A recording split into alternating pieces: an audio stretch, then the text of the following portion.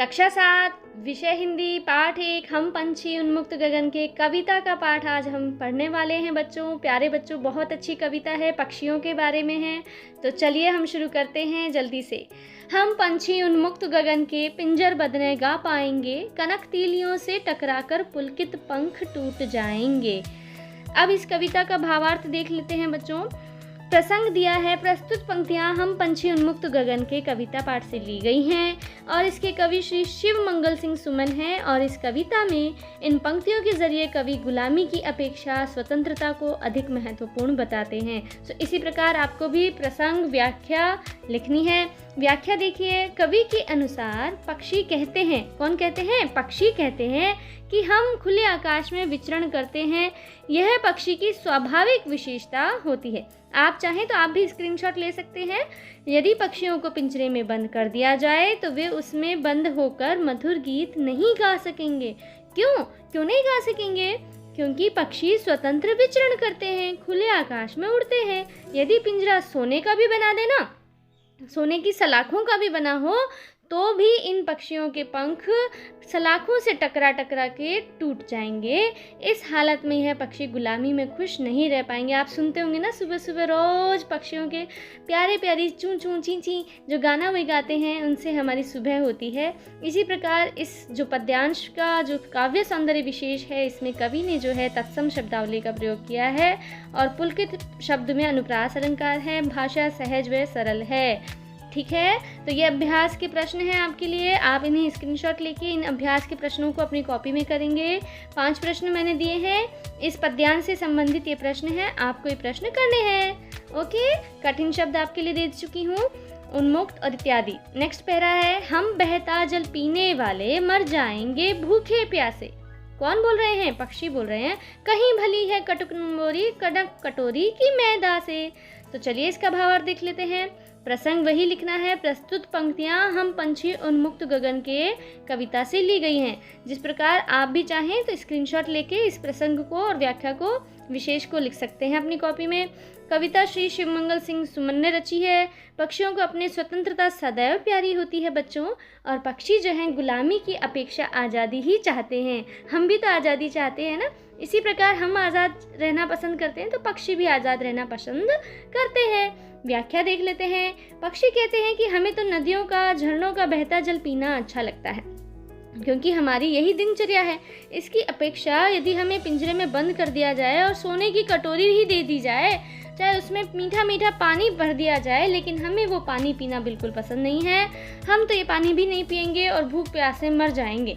पक्षी कहते हैं हमें तो स्वर्ण कटोरी में रखी मैदा, जो रोटी आप बनाते हो, बिल्कुल पसंद नहीं है। हमें तो खुले आकाश में उड़ते हुए नीम की कड़वी निम्बोली खाना अच्छा लगता है। इसी में हम खुश रहते हैं।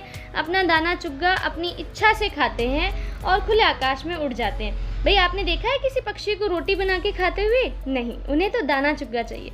इस प्रकार कवि ने पक्षियों के माध्यम से उनकी पीड़ा को प्रकट किया है। विशेषता क्या है इस पद्यांश में? कवि की भाषा सरल है, सहज है, तत्सम शब्द प्रधान खड़ी बोली है।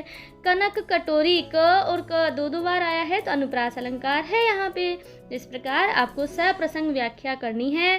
और ये पद्यांश जो है, हम बहता जल पीने वाले, ये पूरा हुआ। ये कठिन शब्द आप देख लीजिए, स्क्रीनशॉट ले लीजिए।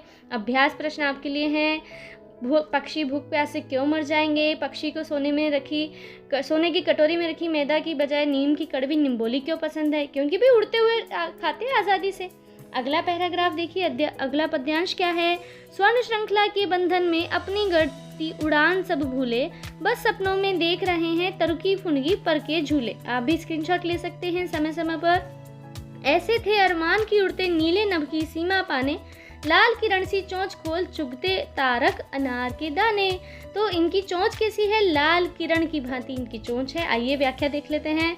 स्वर्ण श्रृंखला के बंधन से लेके चुगते तारक अनार के दाने तक हमें ये व्याख्या करनी है। इस प्रसंग का इस प्रकार से प्रस्तुतिकरण करना है। प्रस्तुत पंक्तियां हम पंछी उन्मुक्त गगन के कविता पाठ से ली गई है। इसमें कवि कौन है? श्री शिवमंगल सिंह सुमन है।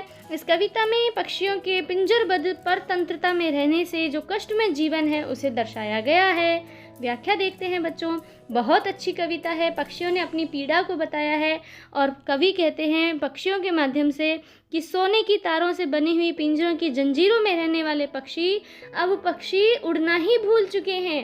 पेड़ों की डालियों पर झूलना झूमना अब उन्हें सिर्फ सपना लगता है, क्योंकि उन्हें कैद कर लिया गया है बच्चों।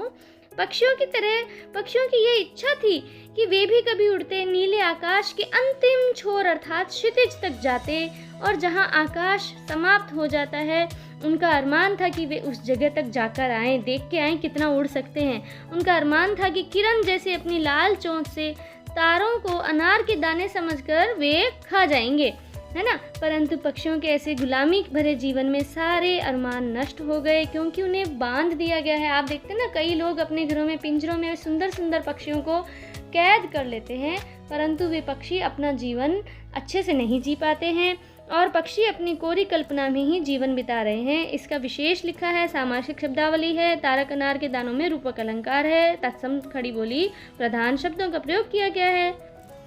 कठिन शब्द और उनके अर्थ भी देख लीजिए, ठीक है, और स्क्रीनशॉट ले लीजिए। अभ्यास प्रश्न आपको दिए हैं। पक्षी बंद पिंजरे में क्या भूल गए थे, पक्षी सपनों में क्या देख रहे थे, और काव्यांश में पक्षियों की क्या इच्छा है। क्या इच्छा है? दूर आसमान तक उड़ने की इच्छा है ना। आगे देखिए बच्चों, अगली जो व्याख्या है हम किस अर्थ में करेंगे। होती सीमाहीन क्षितिज से इन पंखों की होड़ा होड़ी। सीमाहीन क्षितिज से पंखों की होड़ा होड़ी यानी एक दूसरे से रेस लगाते, या तो क्षितिज मिलन बन जाता या तंती सांसों की डोरी, अर्थात या तो हम पास हो जाते या फिर हमारी सांसें ऊपर नीचे हो जाती। नीड़ न दो चाहे टहनी का आश्रय छिन्न भिन्न कर डालो, लेकिन पंख दिए हैं तो आकुल उड़ान में विघ्न न डालो। अर्थात हमें जो पंख मिले हैं उन्हें हमसे उड़ने के लिए हमारी उड़ान बंद मत कीजिए, ऐसा उन्होंने मनुष्यों से क्या किया है? अनुरोध किया है। ठीक है बच्चों, आगे देखते हैं। प्रस्तुत पद्यांश की व्याख्या क्या है। प्रस्तुत पंक्तियाँ शिवमंगल सिंह सुमन के द्वारा रची हैं। कविता में कवि ने बहुत ही सुंदरता से पक्षियों के आज़ाद रहने की इच्छा को बताया है। व्याख्या देख लीजिए। पक्षी कहते हैं यदि हम आज़ाद होते तो एक दूसरे के साथ जोश जोश में उड़ते हुए रेस लगाते, आसमान की सीमा ढूंढने जाते। भाई कितना बड़ा कितना लंबा है ये आसमान, क्षितिज के अंतिम छोर तक पहुँच कर ही दम लेते, अर्थात अपनी जान दे देते, लेकिन अपनी ये इच्छा पूरी करने के लिए ज़रूर जाते। हमें अपनी आज़ादी अपनी जान से भी प्यारी है। अंत में पक्षियों ने मनुष्यों से ये निवेदन किया है कि वे चाहें तो पक्षियों को घोंसला न बनाने दे, उन्हें पेड़ की डालियों के ठिकाने जो उनके हैं उन्हें भी तोड़ दे, नष्ट कर दे, लेकिन जो ईश्वर ने उन्हें पंख दिए हैं, जैसे कहते हैं ना, अगर कोई हमारे हाथ ही काट दे या फिर हमें पाँव से चलने ही ना दे तो इन पाँवों का क्या काम।